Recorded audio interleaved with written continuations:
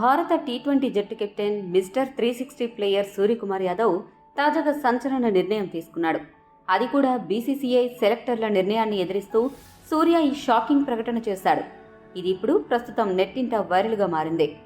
వివరాల్లోకి వెళితే, రోహిత్ శర్మ వారసుడిగా భారత టీ20 జట్టు నాయకత్వ బాధ్యతలు అందుకున్న సూర్య కెప్టెన్గా తన తొలి సిరీస్లో శ్రీలంకతో జరిగిన 3 టీ20ల సిరీస్ను ఏకంగా 3-0తో క్లీన్ స్వీప్ చేశాడు. అది కూడా సీనియర్లు లేని యంగ్ టీంతో శ్రీలంకను వాళ్లగడ్డపైనే ఓడించాడు. అయితే కెప్టెన్ సూపర్ నాయకత్వంలో యంగ్ ఇండియా అదరగొడితే సీనియర్ జట్టు మాత్రం శ్రీలంకపై వన్డే సిరీస్ను కోల్పోయింది. ఈ ఓటమితో టీమిండియాపై ఒక్కసారిగా తీవ్ర విమర్శలు వచ్చాయి. ఆ విమర్శలు చూసి తట్టుకోలేకపోయిన సూర్య సంచలన నిర్ణయం తీసుకున్నాడు. తాను 3 ఫార్మాట్లు ఆడాలని అనుకున్నట్లు సూర్యకుమార్ మీడియాకు వెల్లడించాడు.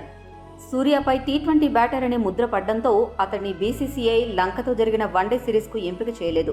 కానీ డొమెస్టిక్ క్రికెట్లో ఎంతో అనుభవం ఉన్న సూర్య తనకు అన్ని ఫార్మాట్లు ఆడగలిగే సత్తా తనకి ఉందని, అందుకు తాను సిద్ధమని ప్రకటించాడు. అయితే సూర్య తీసుకున్న ఈ నిర్ణయం బీసీసీఐ సెలెక్టర్ల ఆలోచనకు వ్యతిరేకంగా ఉండడం ఇప్పుడు చర్చకు దారితీసింది. రోహిత్ శర్మ రిటైర్మెంట్ తర్వాత టీ20 జట్టుకు సూర్యకుమార్ యాదవ్ను కెప్టెన్ చేసి అతడికి జట్టుకు సంబంధించిన పూర్తి బాధ్యతలు అప్పగించారు. ఈ క్రమంలోనే సూర్యకుమార్ యాదవ్ను కేవలం టీ20లకు పరిమితం చేసి వన్డేలు టెస్టులకు దూరంగా ఉంచాలని చీఫ్ సెలెక్టర్ అజిత్ అగర్కర్ కొత్త హెడ్ కోచ్ గౌతమ్ గంభీర్ భావిస్తున్నారు.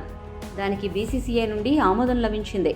గతంలో వన్డే వరల్డ్ కప్ 2023లో అలానే అంతకుముందు ఆడిన వన్డేలలో సూర్య పెద్దగా విజయవంతం అవ్వలేదు. దీంతో అతన్ని టీ20లకు పరిమితం చేశారు.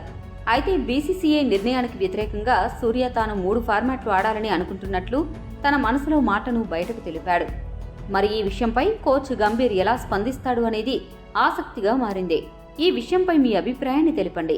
మరిన్ని అప్డేట్స్ కోసం మా ఛానల్ సబ్స్క్రైబ్ చేసుకోండి.